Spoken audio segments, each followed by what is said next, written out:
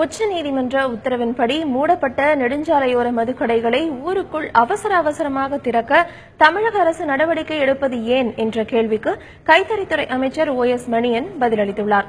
கேள்விக்கு என்ன பதில் நிகழ்ச்சியில் தந்தி தொலைக்காட்சியின் தலைமை செய்தியாசிரியர் ரங்கராஜ் பாண்டே எழுப்பிய கேள்விக்கு கள்ளச்சாராயத்தை ஒழிக்கவே அரசு மதுபான கடைகள் திறக்கப்படுவதாக அவர் குறிப்பிட்டுள்ளார்.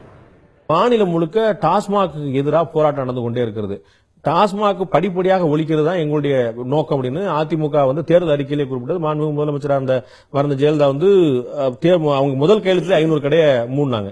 இப்ப உச்சநீதிமன்ற உத்தரவுல ஒரு 2500 கடையை மூடினா அந்த கடையை திறக்கிறதுக்கு எவ்வளவு பாடுபடுது தமிழக அரசு. அந்த இடத்துல கண்ணு திறக்குள்ள ராத்திரி திடீர்னு ஒரு கடை முளைச்சிருக்கு நடுத்தருல.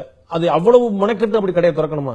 அதாவது நேற்று முதல் நாள் எனக்கு மயிலாடுதுறையிலிருந்து பக்கத்தில் ஒரு கிராமம், பேர் சொல்ல நான் விரும்பல, ஒரு கம்ப்ளைண்ட் வருது.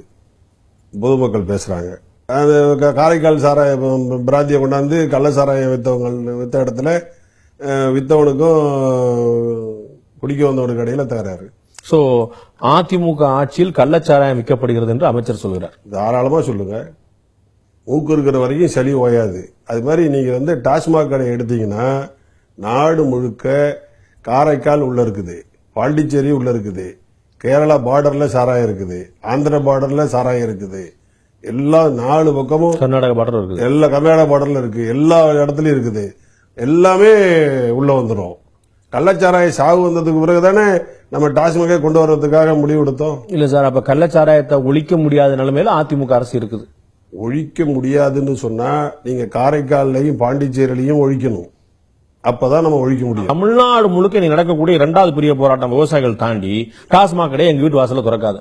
ஆனா திறப்பேன்னு அவ்வளவு தூரம் நீங்க அவ்வளவு அடம் பிடிச்சு அத்தனை அதிகாரம் செய்யறதுக்கான அவசியம் என்ன புரியலையே. எங்கேயோ இருக்கிற கடைக்கு எவ்வளவு பேரு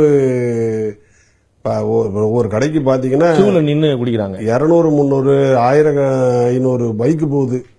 கியூல நிக்கிறான், பாவம் நிக்கிறான்.